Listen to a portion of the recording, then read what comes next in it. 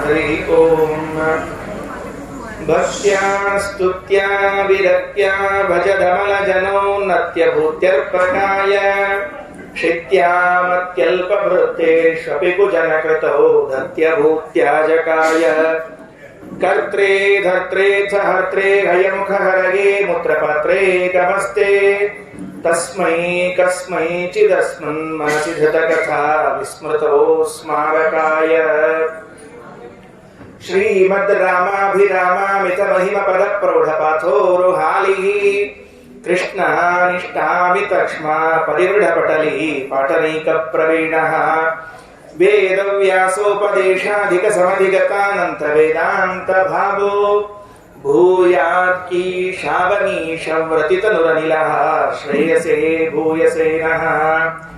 ಶ್ರೀಮನ್ಮಧ್ವಕೃತಾಂತ ಸಂಗತ ಕೃತೀಃ ನಿರ್ಮಿತಾತ್ಯದ್ಭುತ ಸರ್ವೇಧೀತ್ಯ ಸತಿರ್ಹಿ ಸತ್ಪ್ರವಚನ ಸತ್ಯಾರಭಂತೇರಿಷಂ ಸೋಸೌ ಶ್ರೀ ಜಯತೀರ್ಥ ಪೂಜ್ಯ ಚರಣಃ ಸ್ವಗ್ರಂಥ ಸತ್ಯಂ ಪರಾಂ ಅಸ್ಮಿನ್ ಜನ್ಮನಿ ಯಾವದಾಯುರಖಿಲಾನ್ ವಿಘ್ನಾನ್ ನಿವಾರ್ಯಾದಿಶೇತ್.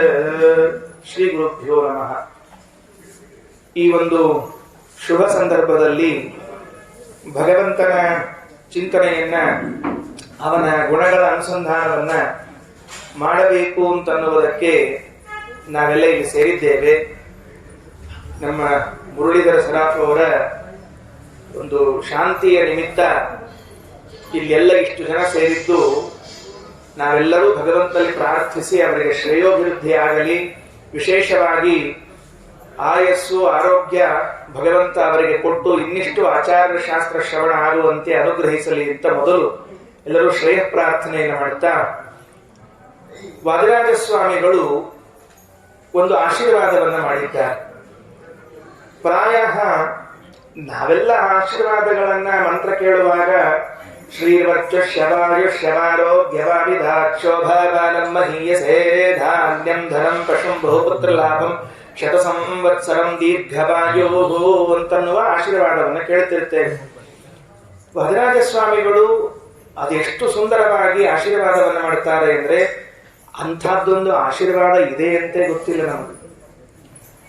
ಶ್ರೀಶಸ್ತೆ ಸುಶ್ರಿಯಂ ದದ್ಯಾತ್ ಆಯುರ್ವಾಯು ಸುತ ಪ್ರಿಯ ಭೂಮಿಂ ತೇ ವಾಮನೋ ದದ್ಯಾತ್ ಅರೀನ್ ಹಂತ ನೃಕೇಸರಿ ಎನ್ನುವಂತಹ ಒಂದು ಆಶೀರ್ವಚನವನ್ನು ಮಾಡ್ತಾ ಇದ್ದ. ದೊಡ್ಡವರು ಮಾಡಿದ ಆಶೀರ್ವಚನ ಇರ್ತದಲ್ಲ, ಅದು ಅತ್ಯಂತ ಫಲಪ್ರದವಾಗ್ತದೆ. ಯದ್ಯಪಿ ವೇದವೇ ಹೇಳಿರಬಹುದು, ಪುರಾಣವೇ ಹೇಳಿರಬಹುದು, ವೇದ ಪುರಾಣಗಳಲ್ಲಿ ಹೇಳಿರುವ ಮಾತುಗಳನ್ನ ದೊಡ್ಡವರ ಬಾಯಿಯಿಂದ ಬಂದಾಗ ಅದು ಹೆಚ್ಚು ಫಲಪ್ರದವಾಗ್ತದೆ.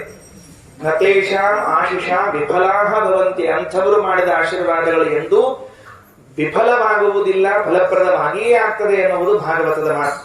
ಏನಂದಿದ್ದಾರೆ? 4 ಭಗವದ್ ರೂಪಗಳ ಚಿಂತನೆಯನ್ನ ಮಾಡ್ತಾ ಈ ಭಗವದ್ ರೂಪಗಳು ಇದಿದ್ದನ್ನ ಪ್ರದಾನ ಮಾಡಲಿ ಅಂತ ಹೇಳ್ತಾರೆ. ಶ್ರೀಶಸ್ತೆ ಸುಶ್ರಿಯಂ ದದ್ಯಾತ್. ಶ್ರೀಶ ಲಕ್ಷ್ಮೀಪತಿಯಾಗಿರುವಂಥವನು ನಾರಾಯಣ. ಲಕ್ಷ್ಮೀಶ ಸಂಪತ್ತನ್ನ ಕೊಡ್ಲಿ.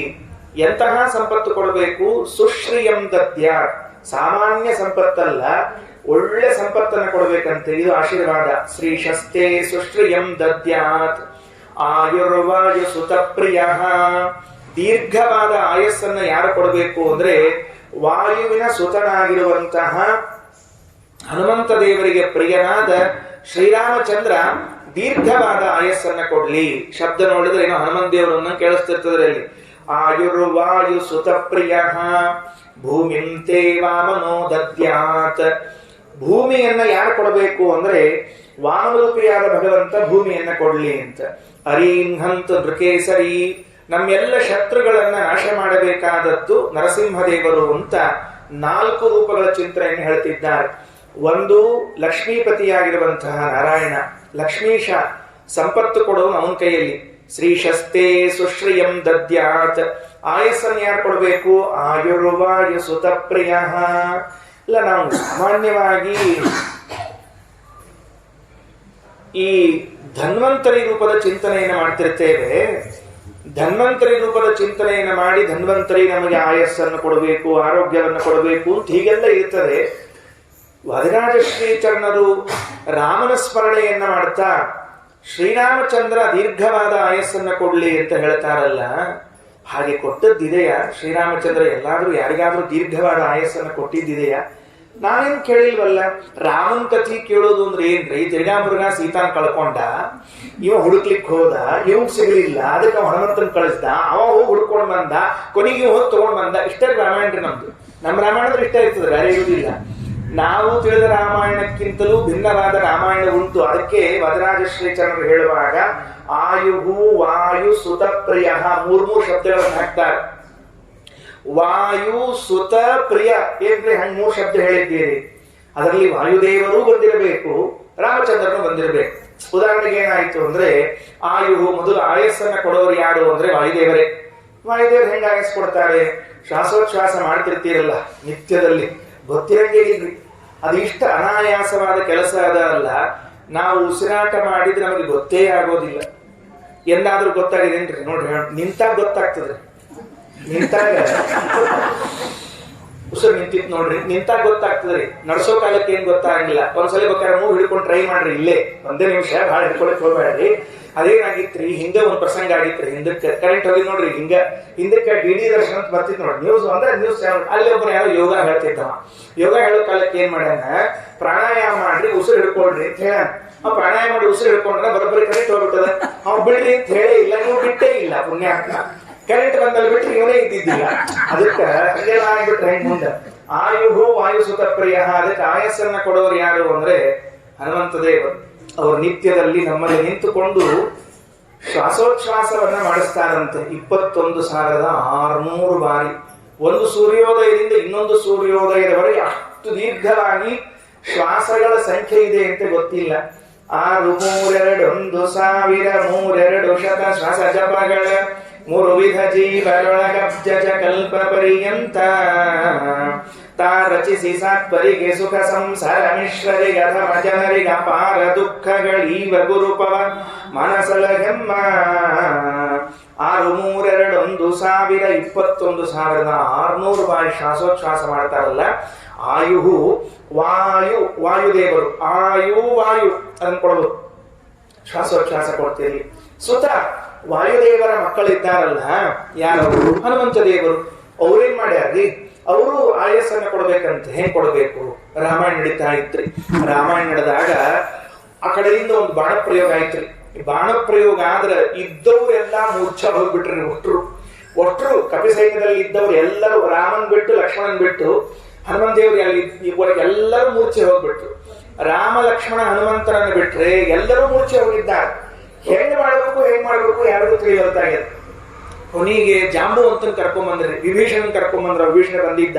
ಆ ಜಾಂಬುವಂತ ವಿಭೀಷಣ ಬಂದ್ರೆ ವಿಭೀಷಣ ಹನುಮಂತ ಇಬ್ಬರು ಕೂಡ್ಕೊಂಡು ಹುಡುಕೋತ್ ಹೋದ್ರಂತ. ಜಾಂಬುವಂತ ಮಲಗಿದ್ದ. ಜಾಂಬುವಂತನ ಮೆಲ್ಲ ವಿಭೀಷಣ ಕೇಳಿದ್ನಂತ, ಎಚ್ಚರಿದ್ದೀನಪ್ಪ, ಆ ಇಂದ್ರಜಿತ್ ಬಾಣ ಹೊಡೆದಿದ್ನಲ್ಲ, ಅದಕ್ಕೆ ಬದುಕಿಯೋ ಇಲ್ಲೋ ಅಂತ ಹೇಳಿದ್ನಂತ. ಊಚೆ ಪುನರ್ಜೀವತಿ ಕಿಂ ಹನುಮಾನ್. ಏನ್ ಶಬ್ದ ಹೇಳ್ತಾನೆ? ಹನುಮಂತ ಇದ್ರೆ ನಾವೆಲ್ಲ ಇದ್ದೀವಿ ಅಂತ ಹೇಳ್ತಾನಂತ.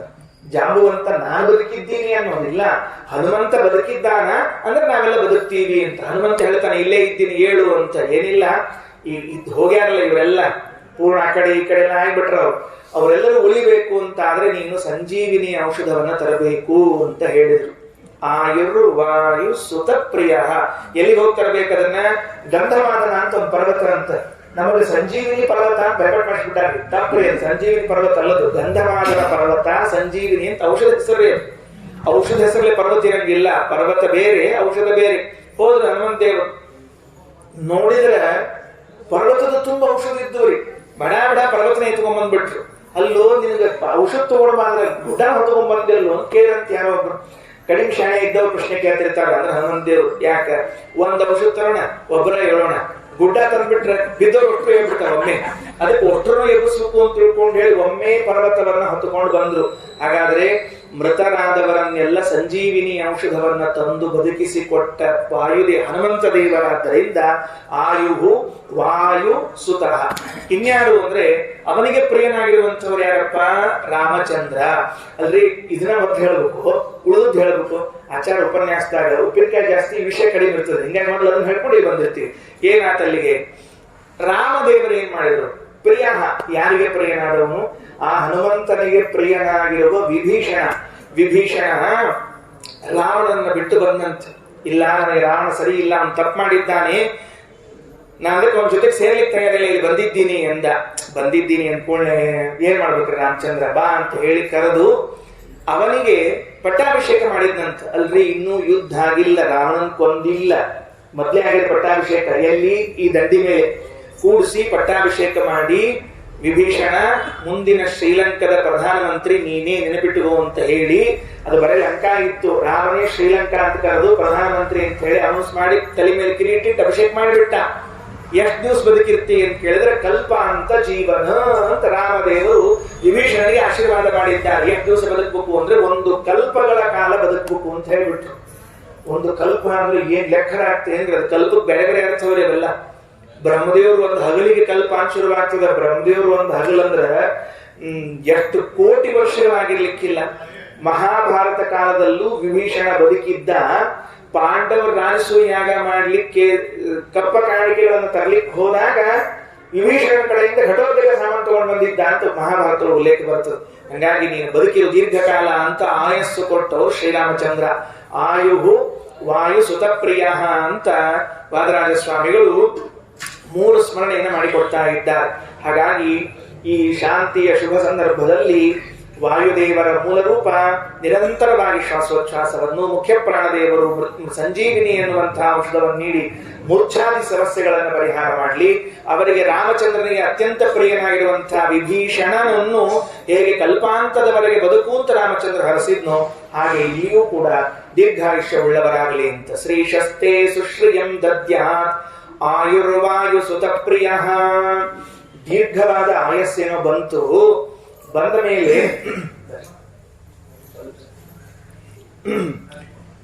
ದೀರ್ಘವಾದ ಆಯಸ್ಸೇನೋ ಬಂದ ಮೇಲೆ ಅದನ್ನ ಆ ಆಯಸ್ಸಿನಲ್ಲಿ ಇದ್ದಾಗ ನಮಗೆ ಹೊಟ್ಟೆಗೆ ಎಲ್ಲದಕ್ಕೂ ಬೇಕಲ್ಲ, ಹೊಟ್ಟೆ ತುಂಬ ತಿನ್ಕೊಂಡು ಉಣ್ಕೊಂಡಿರ್ಲಿಕ್ಕೆ ಬೇಕಲ್ಲ ಮತ್ತೆ ಅಂತ ಕೇಳಿದ್ರೆ ಅದಕ್ಕೆ ಭೂಮಿಂತೆ ವಾಮನೋ ದದ್ಯಾತ್ ಅಂತ ಮುಂದಿನ ಮಾತು. ಭೂಮಿಯನ್ನು ಯಾರು ಕೊಡಬೇಕು? ವಾಮನ ಕೊಡಬೇಕು. ವಾಮನ ಯಾರು? ವಾಮನ ಕೊಡ್ಲಿಕ್ಕೆ ಏನಾಯ್ತು? ಭೂಮಿಂತೆ ವಾಮನೋ ದದ್ಯಾತ್ ಅಂದ್ರೆ ಅದಕ್ಕೆ ವಾಮನ ರೂಪದಲ್ಲಿ ಬಹಳ ಚೆನ್ನಾಗಿ ವಿಚಾರವನ್ನ ಹೇಳ್ತಾರೆ. ಒಂದು ನಿತ್ಯದಲ್ಲಿ ಹೇಳಬೇಕಾದ ಸ್ತೋತ್ರ ಅಂತ ಇದೆ.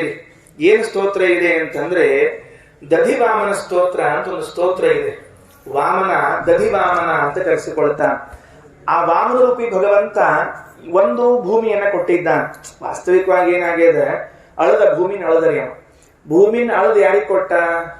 ಬಲಿಚಕ್ರವರ್ತಿ ಅಳದು ಕೊಟ್ಟನೇನು? ಬಲಿಚಕ್ರವರ್ತಿಯಿಂದ ತೆಗೆದು ಅಳದು ದೇವತೆಗಳನ್ನು ಕೊಟ್ಟಿದ್ದಾನೆ. ಹಾಗಾದ್ರೆ ನಾವು ವಾಸಕ್ಕಾಗಿ ಇರ್ಲಿಕ್ಕೆ ಭೂಮಿಯನ್ನ, ನೆಲವನ್ನ ಕೊಡಬೇಕಾದದ್ದು. ದೀರ್ಘವಾದ ಆಯಸ್ಸು ಬಂದಿದೆ, ಇರ್ಲಿಕ್ಕೊಂದು ಮನೆ ಬೇಕಲ್ಲ, ಇರ್ಲಿಕ್ಕೊಂದು ಸ್ಥಳ ಬೇಕಲ್ಲ. ಅಂದ್ರೆ ಆ ಸ್ಥಳವನ್ನ ಕೊಡುವಂಥವನು ಯಾರು ಅಂದ್ರೆ ವಾಮನ ರೂಪಿಯಾದ ಪರಮಾತ್ಮ. ಬರೇ ಮನೆ ಕೊಟ್ರ ಮನೆಯೊಳಗ ಏನು ಇದ್ದಿದ್ದಿಲ್ಲ ಅಂದ್ರೆ ಏನ್ ಮಾಡ್ಬೇಕು? ಅದಕ್ಕೆ ಅದೇ ವಾಮನನೇ ಏನ್ ಕೊಡ್ಬೇಕು ಅಂದ್ರೆ ದಧಿ ಮಿಶ್ರಾನ್ನ ಕವಲಂ ರುಕ್ಮಪಾತ್ರಂಚ ದಕ್ಷಿಣೆ ಕರೇತು ಚಿಂತೆಯೇದ್ವಾಮೇ ಪೀಯೂಷ ಮಬಲಂ ಸುಧೀ ಅಂತ ದಧಿವಾಮನ ಸ್ತೋತ್ರದಲ್ಲಿ ಹೆಂಗಿದ್ದಾನೆ ಭಗವಂತ ಅಂದ್ರೆ ಅವ ಕೈಯಲ್ಲಿ ದಧಿ ಮಿಶ್ರಾನ್ನ ಕವಲಂ ಮೊಸರು ಬುತ್ತಿ ಹಿಡ್ಕೊಂಡು ನಿಂತ್ಕೊಂಡ ಅಂತ ವಾಮನರೂಪಿಯಾದ ಪರಮಾತ್ಮ. ಒಂದ್ ಕಡೆಗೆ ಅಮೃತದ ಕಲಶ, ಇನ್ನೊಂದು ಕಡೆಗೆ ಮೊಸರು ಅನ್ನವನ್ನ ಕಲಿಸಿಕೊಂಡು ಹಿಡ್ಕೊಂಡಿದ್ದಾನಂತ. ಯಾರು ಬರ್ತಾರೋ ಅವರಿಗೆಲ್ಲ ಅನ್ನ ಹಾಕಿ ಅಮೃತ ಕೊಟ್ಟು ಕಳಿಸ್ತಾ ಇದ್ದಾನಂತೆ. ಅತಿ ಸುವಿಮಲ ಗಾತ್ರಂ ರುಕ್ಮಪಾತ್ರಸ್ಥವನ್ನಂ ಸುಲಲಿತ ದಧಿ ಖಂಡಂ ಪಾಣಿನಾ ದಕ್ಷಿಣೇನ ಕಲಶಮೃತ ಪೂರ್ಣಂ ವಾಮಹಸ್ತೆ ದಧಾನಂ ತರತಿ ಸಕಲ ದುಃಖಂ ವಾಮನಂ ಭಾವಯೇದ್ಯಃ. ಹೆಂಗದ ಎಂಥ ಪಾತ್ರೆಗಳು ಇಟ್ಕೊಂಡ ಅನ್ನ ಅಂತ ಕೇಳಿದ್ರೆ ಅತಿ ಸುವಿಮಲ ಗಾತ್ರಂ ರುಕ್ಮಪಾತ್ರಸ್ಥವನ್ನಂ, ಬಂಗಾರದ ಪಾತ್ರೆ ಅಂತ. ದೇವರ ಕೈಯೊಳಗೆ ಬಂಗಾರದ ಪಾತ್ರೆಯೊಳಗೆ ಮೊಸರು ಅನ್ನ ಕಲಿಸಿಟ್ಕೊಂಡ. ಮೊಸರು ಶುಭ ಸೂಚಕ. ಯಾವಾಗ ನೆನಪಿಟ್ಕೊಂಡ್ರೆ ಊರಿಗೆ ಹೋಗೋ ಕಾಲಕ್ಕೆ ಮತ್ತೆ ಆರೋಗ್ಯಕ್ಕೆ ಎಲ್ಲದಕ್ಕೂ ಮೊಸರು ಅಂತ ಹೇಳ್ಯಾರ. ಆಮೇಲೆ ದಧಿ, ಮಂತ್ರಾಕ್ಷತ, ದೂರ್ವ ಇದು ಆಶೀರ್ವಾದಕ್ಕೆ ಉಪಯೋಗಿಸ್ಬೇಕು ಅಂತ ನಾನು ಹೇಳಿ ನಿಮ್ಗೆ ಭಾಗವತೊಳಗೆ ಹೇಳೋ ಕಾಲಕ್ಕೆ ದಧಿ, ಮಂತ್ರಾಕ್ಷತ ಮತ್ತು ಗರಿಕಿ ಇವು ಯಾವಾಗಲೂ ಆಶೀರ್ವಾದಕ್ಕೆ ಉಪಯೋಗಿಸ್ಬೇಕಂತ. ರುಕ್ಮ ಪಾತ್ರಸ್ಥವನ್ನಂ, ಬಂಗಾರದ ಪಾತ್ರೆಯಲ್ಲಿ ಗಟ್ಟಿ ಮೊಸರು ಅನ್ನವನ್ನು ಕಲಿಸಿಟ್ಟಾನಂತ. ಹೆಂಗದ ಅಂದ್ರೆ ದಧಿ ಖಂಡಂ, ಮೇಲೆ ಮೊಸರಿನ ಖಂಡವನ್ನು ಎತ್ತಿ ಕೊಡ್ಬೋದಂತ ಅಷ್ಟು ಚಂದ ಕಲಿಸಿಟ್ಕೊಂಡ ದೇವ್ರು. ಅದಕ್ಕೆ ಅತಿ ಸುವಿಮಲ ಗಾತ್ರಂ ವೃಷಪಾತ್ರಸ್ಥವನ್ನಂ ಸುಲಲಿತದಧಿಖಂಡಂ ಪಾಡಿನ ದಕ್ಷಿಣೇನ ಬಲಗೈಯಿಂದ ಎಡಗೈಯಿಂದ ಏನ್ ಮಾಡ್ಲಿಕ್ಕತ್ತಾನ ಕಲಶಂ ಅಮೃತ ಪೂರ್ಣಂ ವಾಮಹಸ್ತೆ ದಧಾನಂ ಕಲಶಂ ಅಮೃತ ಪೂರ್ಣಂ ಅಮೃತದಿಂದ ತುಂಬಿರುವಂತಹ ಕಲಶವನ್ನ ಕೈಯಲ್ಲಿ ಹಿಡ್ಕೊಂಡು ತರತಿ ಸಕಲ ದುಃಖಂ ವಾಮನಂ ಭಾವಯೇತ್ಯಃ. ಹಾಗಾದ್ರೆ ಅನ್ನ ಮತ್ತು ಪಾನಗಳನ್ನ ಕೊಡುವಂಥವನು ವಾಮನ. ಮೂರಾಯಿತು. ಭೂಮಿಯನ್ನ ಕೊಡ್ತಾನೆ, ಅನ್ನಪಾನಗಳನ್ನು ಕೊಡ್ತಾ ಇದ್ದಾನೆ. ಕ್ಷೀರಂ ಅನ್ನಂ ಅನ್ನದಾತ ಲಭೇದನ್ನಾದಗೇವ ಚ ಪುರಸ್ತಾದನ್ನಮಾಪ್ನೋತಿ ಪುನರಾವರ್ತಿ ವರ್ಜಿತಂ. ಅದೇ ದಧಿವಾಮನ ಸ್ತೋತ್ರದಲ್ಲಿ ಹೇಳ್ತಾರೆ, ಕ್ಷೀರಂ ಅನ್ನಂ ಅನ್ನದಾತ, ಹಾಲು ಕೊಡ್ತಾನೆ, ಅನ್ನವನ್ನ ಕೊಡ್ತಾನೆ. ಹೀಗೆ ವಾಮನರೂಪಿಯಾದ ಪರಮಾತ್ಮ ನಮಗೆ ಅನ್ನಪಾನಕ್ಕೆ ಏನ್ ಬೇಕು ಅದನ್ನು ಉಂಟು ಮಾಡ್ತಾ ಇದ್ದಾನೆ. ಅದಕ್ಕೆ ವಾದಿರಾಜ ಸ್ವಾಮಿಗಳು ಶ್ರೀಶಸ್ತೆ ಸುಶ್ರಿಯಂ ದದ್ಯಾತ್ ಆಯುಹು ವಾಯುಸುತ ಪ್ರಿಯ. ವಾಯುದೇವರಿಗೆ ಮಗನಾಗಿರುವಂತಹ ಮೂಲ ರೂಪದ ವಾಯುದೇವರ ಮಗನಾದ ಹನುಮಂತ ದೇವರ ಪ್ರಿಯನಾದ ರಾಮಚಂದ್ರ ವಿಭೀಷಣನಿಗೆ ಕಲ್ಪಾಂತ ಆಯಸ್ಸು ಕೊಟ್ಟಂತೆ ದೀರ್ಘವಾದ ಆಯಸ್ಸು ಕೊಡ್ಲಿ. ವಾಮನ ರೂಪಿಯಾದ ಪರಮಾತ್ಮ ರುಪ್ಪ ಪಾತ್ರಸ್ಥವನ್ನ ಬಂಗಾರದ ಪಾತ್ರೆಯಲ್ಲಿ ಮೊಸರು ಅನ್ನ, ಹಾಲು ಇವುಗಳನ್ನ ಸರ್ವ ಸಮೃದ್ಧಿಯನ್ನ ಉಂಟು ಮಾಡ್ಲಿ. ಇದಾದ ಮೇಲೆ ಎಲ್ಲಾ ಬಂತ್ರೆ ಚರ ಹೊಡ್ತುಂಬಾತು, ಮತ್ತ ಜಾಗ ಸಿಕ್ತೆಲ್ಲ ಬರೋಬ್ಬರಿ. ಸೊ ಕೈಯಾಗ ದುಡ್ಡಿದ್ರೆ ಚಲೋ ಆಗ್ತಿತ್ತು ನೋಡ್ರಿ. ದುಡ್ಡಿದ್ರೆ ಬೇಕಾದಂಗ್ ಮಾಡ್ಬಹುದು ಅಂದ್ರೆ ಶ್ರೀಶಸ್ತೆ ಸುಶ್ರಿಯಂ ದದ್ಯಾತ್. ಶ್ರೀಶಃ ಲಕ್ಷ್ಮೀಪತಿಯಾಗಿರುವಂತವನಿದ್ದಾನಲ್ಲ, ಅವನೇನ್ ಮಾಡಬೇಕು ಅಂದ್ರೆ ಸಂಪತ್ತನ್ನ ಕೊಡ್ಲಿ ಅಂತ. ಎಂಥ ಸಂಪತ್ತು ಕೊಡ್ಬೇಕು ಅಂತ ಪ್ರಶ್ನೆ. ನಮ್ಮಲ್ಲಿ ಸಂಪತ್ತು ಬಹಳ ಬರೀ. ಸುಶ್ರಿಯಂ ಅಂತ ಒಂದು ಶಬ್ದ, ಶೋಭನವಾದ ಸಂಪತ್ತು ಅಂತ. ಮಹಾಭಾರತದಲ್ಲಿ ಒಂದು ಪ್ರಸಂಗ ಬರ್ತದ. ಎಲ್ಲಾ ಯುದ್ಧ ಎಲ್ಲ ಮುಗೀತ್ರಿ, ಎಲ್ಲಾ ಝಳ ಆತು. ಒಟ್ಟರು ಯಾರು ಹೋಗ್ಬೇಕಾಗಿತ್ತು, ಎಲ್ಲ ಹೋಗೋರು ಹೋದ್ರು, ಉಳಿದವ್ರು ಉಳಿದ್ರು, ಇವ್ರ ಮನೆ ಕಟ್ಕೊಂಡು ಆರಾಮಿದ್ರು. ಹಾಗೆ ಇಟ್ಟುಕೊಂಡಿರುವಂತಹ ಸಂದರ್ಭದಲ್ಲಿ ವಿದುರ, ಧರ್ಮರಾಜ, ಭೀಮ, ಅರ್ಜುನ, ನಕುಲ ಸಹದೇವರು ಇವರು 6 ಮಂದಿ ಒಟ್ಟೊಟ್ಟಿಗೆ ಕೂತಿದ್ರಂತ. ನಿನ್ನೆನು ಭೀಷ್ಮಾಚಾರ್ಯ ಕಡೆ ಪ್ರವಚನ ಮುಗಿಸ್ಕೊಂಡು ಬಂದಿದ್ರು. ಮನ್ಯಾಗ ಒಬ್ರು ಹಿರಿಯರು ಇದ್ರು, ಅವ್ರ ಕಡೆ ಒಂದು ಪ್ರವಚನ ಕೇಳ್ಕೊಂಬರೋಣ ಅಂತ ಕೇಳ್ಕೊಂಡ್ ಬಂದು ಕೂತಾರ. ಮರದಿವಸ ವಿದುರನ ಕಡೆ ಪ್ರವಚನ ಶುರುವಾತು. ವಿದುರ ಕಾಕ ಆಗ್ಬೇಕು ನೋಡ್ರಿ ಧರ್ಮರಾಜ. ಇಲ್ಲಿದ್ದವನು ಅವನೇ ಯಮದೇವರು, ಅಲ್ಲಿದ್ದವನು ವಿದುರ ಅವನೇ. ಒಬ್ಬ ಯಮದೇವರು ಇನ್ನೊಬ್ಬ ಯಮದೇವರಿಗೆ ಕಾಕ ಮಗ ಅಂತ ಕರೆಯೋದು. ಎಷ್ಟು ಚಂದ ಇರ್ತ ನೋಡ್ರಿ ಕಾಕ ಮಕ್ಕಳ ಕಥೆಯು. ಏನ್ ಕೇಳ್ತಾನ? ಏನಿಲ್ಲ, ಸ್ವಲ್ಪ ಸಂದೇಹ ಬಂದಿತ್ತು, ನಿನ್ನಂಥ ಹಿರಿಯ ಇದ್ದಾಗ ಪ್ರಶ್ನೆ ಕೇಳ್ಬೇಕಂತ ಮಾಡಿವಿ, ಕೇಳಲೇನು? ಏನ್ ಬೇಕಾದ್ರೆ ಕೇಳು. ಪುರುಷಾರ್ಥ 4 ಅಂತವ. ಧರ್ಮ, ಅರ್ಥ, ಕಾಮ, ಮೋಕ್ಷ ಅಂತದ. ಧರ್ಮ, ಅರ್ಥ, ಕಾಮ, ಮೋಕ್ಷಗಳೆಂಬುವಂತಹ 4 ಪುರುಷಾರ್ಥಗಳಲ್ಲಿ ಶ್ರೇಷ್ಠ ಪುರುಷಾರ್ಥ ಯಾವುದು ಅಂತ ಒಂದು ಪ್ರಶ್ನೆ ಕೇಳಿದ್ರು. ಧರ್ಮರಾಜ ಕೇಳಿದ, ಧರ್ಮ, ಅರ್ಥ, ಕಾಮ ಈ 3ರಲ್ಲಿ ಶ್ರೇಷ್ಠ ಯಾವುದು ಹೇಳ್ರಿ ಅಂತ ಕೇಳಿದ. ವಿದುರ ತಕ್ಷಣ ಉತ್ತರ ಹೇಳ್ತಾನೆ, ಧರ್ಮವೇ ಶ್ರೇಷ್ಠ. ನಾವೆಲ್ಲ ಧರ್ಮ ಧರ್ಮ ಧರ್ಮ ಅಂತ ಹೇಳ್ತೀವಿ, ಧರ್ಮ ಭಾರಿ ಶ್ರೇಷ್ಠ ಅಂತ ಹೇಳಿ ಒಂದು ಅರ್ಧ ತಾಸು ಉಪನ್ಯಾಸ. ಮತ್ ನೆಕ್ಸ್ಟ್ ಯಾರು ಅಂತ ಕೇಳ್ತಾನ. ಎಲ್ಲರ ಚರ್ಚೆಯಲ್ಲಿ ಭಾಗವಹಿಸಿದ್ರಲ್ಲ ಅರ್ಜುನ ಕೂಡ್ತಾನ. ಅರ್ಜುನ ಅಂತಾನ, ಧರ್ಮ ಶ್ರೇಷ್ಠ ಅಲ್ಲ, ಧರ್ಮ ಮಧ್ಯಮ. ಶ್ರೇಷ್ಠ ಯಾವುದು ಅಂದ್ರೆ ಅರ್ಥ ಅಂತ ಹೇಳ್ತಾನೆ. ಸಂಪತ್ತು ಇದು ಶ್ರೇಷ್ಠ ಅಂತ ಅರ್ಜುನನ ವಾದ. ನೋಡ್ರಿ, ಯಾವ ಅರ್ಜುನನ ಅವತಾರಿಗಳಾದವರು ಟೀಕಾಕೃತ್ಪಾದರು ಅವರು ನಿಜವಾಗ್ಲೂ ಏನ್ ಹೇಳಬೇಕು ಅಂದ್ರೆ ದುಡ್ಡು ಶ್ರೇಷ್ಠ ಅಂತ ಹೇಳಬಾರ್ದ್ರಿ. ಮತ್ತೊಂದು ದೇವರು ಧರ್ಮ ಶ್ರೇಷ್ಠ ಅಂತ ಹೇಳಬೇಕು, ಹೊರತಾಗಿದಲ್ಲ. ಅಂಥದ್ದವರಂತಾರ ಅರ್ಥನೇ ಶ್ರೇಷ್ಠ ಅಂತ ಹೇಳ್ತಾರ. ಯಾಕ? ಅದಕ್ಕೆ ಅವಂಗ ಕೇಳ್ತಾರೆ ವಿವರಣೆ ಧರ್ಮರಾಜ. ಅಲ್ಪ ಅರ್ಜುನ, ಅರ್ಥ ಶ್ರೇಷ್ಠ ಅಂತ ಹೇಳಿದೆಯಲ್ಲ, ಹಂಗಾರೆ ನೀನೇ ಹೇಳ್ಬಿಡು, ಯಾಕೆ ಅರ್ಥ ಶ್ರೇಷ್ಠ ಅಂತ ನೀನೇ ಹೇಳ್ಬಿಡು ಅಂತ ಕೇಳಿದ್ದಕ್ಕೆ ಆ ಹೇಳಿದಂತ ಒಂದು ಮಾತು. ಅರ್ಥ 2 ರೀತಿಯಿಂದ ಇರ್ತಾವ. ಅರ್ಥ ಅನ್ನೋದು 2. ಒಂದು ದೈವಿ ಅರ್ಥ ಅಂತ, ಒಂದು ಮಾನುಷಿ ಅರ್ಥ ಅಂತ, ಒಂದು 2. ಒಂದು ದೈವಿ ಸಂಪತ್ತು, ಒಂದು ಮಾನುಷಿ ಸಂಪತ್ತು. ಈಗೇನ್ ನಾವು ಬೆಳ್ಳಿ, ಬಂಗಾರ, ದುಡ್ಡು, ಎಫ್ಡಿಗಳು ಅಂತಿರ್ತಾವ ನೋಡ್ರಿ, ಸೈಟು ಗೀಟು ಅಂತಿರ್ತಾವಲ್ಲ, ಇವೆಲ್ಲ ಏನು ಅಂತ ಕೇಳಿದ್ರೆ ಮಾನುಷಿ ಸಂಪತ್ತು. ದೈವಿ ಸಂಪತ್ತು ಅಂದ್ರೆ ಯಾವುದು ಅಂದ್ರೆ ವಿದ್ಯಾ, ಜ್ಞಾನ. ಇದು ದೈವಿ ಸಂಪತ್ತು ಅಂತ ಕರೀತದಂತ. ಅದಕ್ಕೆ ಅರ್ಜುನ ಹೇಳ್ತಾನ, ದೈವಿ ಸಂಪತ್ತು, ಮಾನುಷಿ ಸಂಪತ್ತು ಅಂತ 2 ತರಹದ ಅರ್ಥ ಇದೆಯಲ್ಲ ಸಂಪತ್ತು, ಇದು ಧರ್ಮಕ್ಕಿಂತ ಶ್ರೇಷ್ಠ. ಅದ ಹೇಗಪ್ಪ ಅರ್ಜುನ ಧರ್ಮಕ್ಕಿಂತ ಶ್ರೇಷ್ಠ ಅಂತಿ? ಅದಕ್ಕೆ ಕೇಳಿದ್ರು, ನೋಡ್ರಿ 2 ಒಂದೊಂದೇ ವಿಚಾರ ಮಾಡೋಂತ. ಮೊದಲು ಮಾನುಷಿ ಸಂಪತ್ತು ಬಿಟ್ಬಿಡ್ರಿ. ದೈವಿ ಸಂಪತ್ತು ಅಂತ ಕರೆಸಿಕೊಂಡಿರುವ ವಿದ್ಯೆ ಇದೆಯಲ್ಲ, ಇದು ಧರ್ಮಕ್ಕಿಂತ ಶ್ರೇಷ್ಠ. ಯಾಕ ಅಂದ್ರೆ ಧರ್ಮಾಚರಣೆಯನ್ನ ಮಾಡಿದ ಮೇಲೆ ಪಡೆಯಬೇಕಾದದ್ದು ವಿದ್ಯೆ. ಕರ್ಮಣ ಜ್ಞಾನ ಮಾತನೋತಿ, ಕರ್ಮದಿಂದ ನೀವು ಜ್ಞಾನವನ್ನು ಸಂಪಾದನೆ ಮಾಡಬೇಕು ಅಂತ ಆದ್ರೆ ಧರ್ಮಾಚರಣೆಯನ್ನು ಮಾಡುವುದಿಲ್ಲ. ಉದ್ದೇಶ ಏನು? ಜ್ಞಾನ ಸಿಗಲಿ ಅಂತ. ಜ್ಞಾನ ಏನು? ಸಂಪತ್ತು, ದೈವಿ ಸಂಪತ್ತು ಎನಿಸಿಕೊಂಡಿರುವ ಜ್ಞಾನ ಧರ್ಮಕ್ಕಿಂತ ಶ್ರೇಷ್ಠ ಆಯ್ತೋ ಇಲ್ಲ? ಮತ್ತೆ ಯಾಕೆ? ಇದರಿಂದ ಅದನ್ನು ಪಡಿಬೇಕು ಅಂದ್ಮೇಲೆ ಇದಕ್ಕಿಂತ ಅದು ಶ್ರೇಷ್ಠ ಆಗಿದೆ ತಾನೇ ಪಡ್ಲಿಕ್ಕೆ ಸಾಧ್ಯ ಆಗ್ತದೆ. ಹಾಗಾದ್ರೆ ದೈವಿ ಸಂಪತ್ತಾದ ವಿದ್ಯೆ, ಜ್ಞಾನ ಇದು ನಮಗೆ ಧರ್ಮಕ್ಕಿಂತಲೂ ಶ್ರೇಷ್ಠವಾದದ್ದು. ಧರ್ಮಾಚರಣೆಯನ್ನ ಮಾಡಿ ಪಡೆಯಬೇಕಾದ್ದು. ಅಥವಾ ಇನ್ನೊಂದು ಪಾತ್ರ ಇದೆ ಅದಕ್ಕೆ. ಏನು ಅಂತಂದ್ರೆ, ಯದೇವ ವಿದ್ಯೆಯಾ ಕರೋತಿ ಶ್ರದ್ಧೆಯಾ ಕರೋತಿ ಉಪನಿಷದ ತದೇವ ವೀರ್ಯವತ್ತರಂ ಭವತಿ.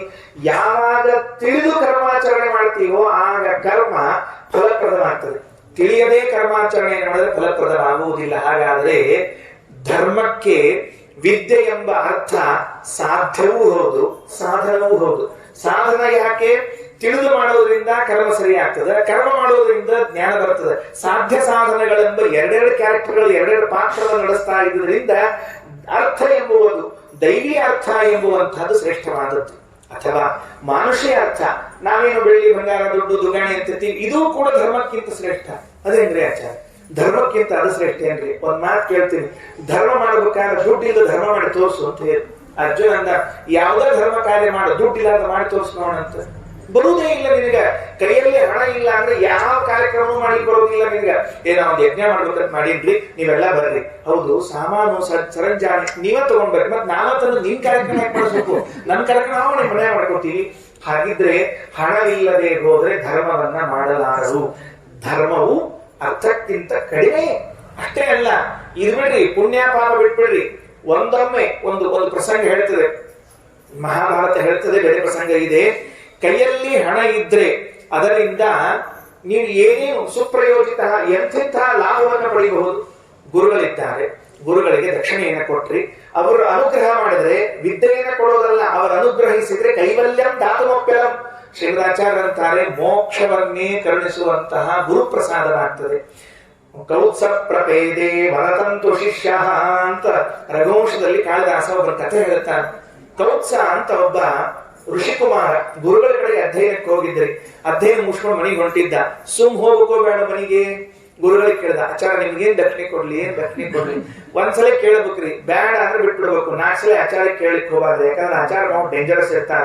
ಮ್ಯಾಲ ಮನೆಗೆ ಬಂದಿರಂತ ಆಚಾರ ಏನ್ ಅವಲಕ್ಕಿ ತಗೋತಿರೋ, ಹಾಲು ತಗೋತಿರೋ, ಏನ್ ತಗೋತೀರಿ ಅಂತ ಕೇಳಂತ. ಆಚಾರ ಬೇಡ ಸುಮ್ ಕೊಡು, ಬೇಡ ಒತ್ತಾಯ ಮಾಡಿ ಕೇಳಿದ್ರು. ಇಲ್ಲ, ಏನ್ ತಗೋತೀರಿ ಅಡಿಗೆ ಇಟ್ಬಿಡ್ರಿ, ಊಟ ಮಾಡ್ಕೊಂಡು ಹೋಗ್ತೀನಿ ಅಂತ ಹೇಳಿದ್ರ. ಬೇಕಿತ್ತ? ಸುರಕ್ಷಿತ ಹೋಗ್ತೀನಿಲ್ಲ ಮನುಷ್ಯ, ಅಡಿಗೆ ಇಟ್ಬಿಟ್ಟು ಊಟ ಮಾಡ್ಕೊಂಡು ಹೋಗ್ತೀನಿ ಅಂತ ಹೇಳಿ ಏನ್ ಮಾಡ್ಬೇಕು? ಇನ್ನ ಅದಕ್ಕೆ ಕೊಡ್ತೀಯ? ಹಾಗಾದ್ರೆ ಕೊಡು. ಎಷ್ಟು ಕೊಡಬೇಕು? ನಾನು ಆನೆಯ ಮೇಲೆ ಕುಳಿತುಕೊಂಡಾಗ ನನ್ನ ಕೈಯಲ್ಲಿ ಒಂದು ಕೌಡಿ ಹಿಡ್ಕೊಂಡು ಚಿಂತೀನಿ ಮೇಲೆ, ಅದು ಕೌಡಿ ಎಷ್ಟು ಎತ್ತರಕ್ಕೆ ಹೋಗ್ತದಲ್ಲ ಅಷ್ಟು ಧನರಾಶಿಯನ್ನ ಕೊಡು ಅಂತ ಹೇಳಿದ್ರು. ಉಳಿದ ವಿದ್ಯಾರ್ಥಿಯಾಗಿ ಹಾರ್ಟ್ಫೇಲ್ ಆಗಿ ಹೋಗ್ಬಿಡ್ತಿದ್ದೆ ಅಲ್ಲೇ. ಇಷ್ಟೇ ತಾನೇ ಅಂದ. ಬಂದ. ಎಲ್ಲಿ ಬಂದ? ಸೂರ್ಯವಂಶದ ರಾಜ ರಘುರಾಜ ಅಂತಿದ್ರಿ. ರಘುರಾಜನ ಕಡೆ ಬರ್ತಾನೆ. ರಘುರಾಜನ ಕಡೆ ಬಂದು ಕೇಳ್ತಾನೆ, ನನಗೆ ಹಿಂಗೆ ಗುರುದಕ್ಷಿಣೆ ಕೊಡ್ಬೇಕಾಗ್ಯದ, ನೀ ಕೊಡ್ತೀಯ ಅಂತ ಕೇಳ್ತಾನೆ. ಅವ ಅಂದ, ಆಚಾರ ನಿನ್ನೆ ಬರ್ಬೇಕು ಬೇಡ ಅಂದ. ಯಾಕೆ? ನಿನ್ನೆ ಯಜ್ಞ ಮುಗಿಸಿ ಎಲ್ಲಾ ದಾನ ಕೊಟ್ಟು ಮುಗಿಸ್ಬಿಡ್ತೀನಿ. ಇಲ್ಲಿ ಇನ್ನೊಂದ್ ಕಡೆ ಹೋಗ್ತೀನಿ ಅಂದ. ಇಲ್ಲ, ನಮ್ಮ ಮನೆಗ್ ಬಂದಿರಿ, ನಾ ಕೊಟ್ಟೆ ಕಳಿಸ್ತೀನಿ, ಇವತ್ತು ಒಂದ್ ದಿವ್ಸ ಇರ್ರಿ, ನಾಳೆ ಬೆಳಿಗ್ಗೆ ಹೋಗುವಂತ್ರಿ ಅಂದ. ಅಲ್ರಿ, ಒಂದ್ ದಿವ್ಸ ದುಡ್ಡು ಬರ್ತ ಅಂದ. ನೀ ಯಾಕೆ ಚಿಂತೆ ಮಾಡ್ತೀಯ ಆಚಾರ್ಯ, ನಂದು ಬಿಡ ಅಂದ. ನೀವು ಮಲ್ಕೊಂಡ ಮನೆ. ರಾತ್ರಿ ರಘುರಾಜ ಏನ್ ಪ್ಲಾನ್ ಮಾಡಿದ ಅಂದ್ರೆ, ನಾಳೆ ಬೆಳಿಗ್ಗೆ ಎದ್ದು ಆ ಕುಬೇರ ಮನೆಗೆ ದಾಳಿ ಮಾಡ್ಬಿಡಪ್ಪ. ಎಲ್ಲಿ ಹೋಗೋದು? ಕುಬೇರನ ಮನೆಗೆ ದಾಳಿ ಮಾಡೋದಂತ. ಇವರೆಲ್ಲ ಏನ್ ತಿಳ್ಕೊಂಡ್ರು ಏನು? ಬ್ಯಾಂಕ್ ಲೂಟಿರಿ, ಕುಬೇರ ಮನೆಗೆ ದಾಳಿ ಮಾಡ್ಬೋದು ಅಂದ್ಬಿಟ್ರು. ಅವ್ರು ರಾತ್ರಿ ಕುಬೇರಕ್ಕೆ ಸುದ್ದಿ ಗೊತ್ತಾಗ್ತ, ಇವ್ ನಾಳೆ ಬೆಳಿಗ್ಗೆ ನಮ್ಮ ಮನೆ ಯುದ್ಧಕ್ಕೆ ಬಂದ್ರೆ ಯಾಕೆ ಬೇಕಪ್ಪ? ಅದಕ್ಕೆ ಏನ್ ದುಡ್ಡದ ಒಟ್ಟು ಅವ್ನ ಕೋಶದಾಗ ಸುರಿಸ್ಬಿಡ್ರಿ ಅಂತ ಅವ್ನು ಬ್ಯಾಂಕ್ ಒಳಗೆ ಒಟ್ಟು ದುಡ್ಡು ಸುರಿಸ್ಬಿಟ್ರಿ. ಬೆಳಿಗ್ಗೆ ಎದ್ದು ನೋಡ್ತಾನೆ, ಬ್ಯಾಂಕಿನ ಕೀಲಿ ತೆಗೆದ, ತಿಜರಿ ತೆಗೆದ, ದುಡ್ಡು ಇತ್ತು, ಅದರ ತಗೊಂಡು ಹೋಗ್ಬಿಡ್ರಿ ಅಂತ ಹೇಳ್ಬಿಟ್ಟ.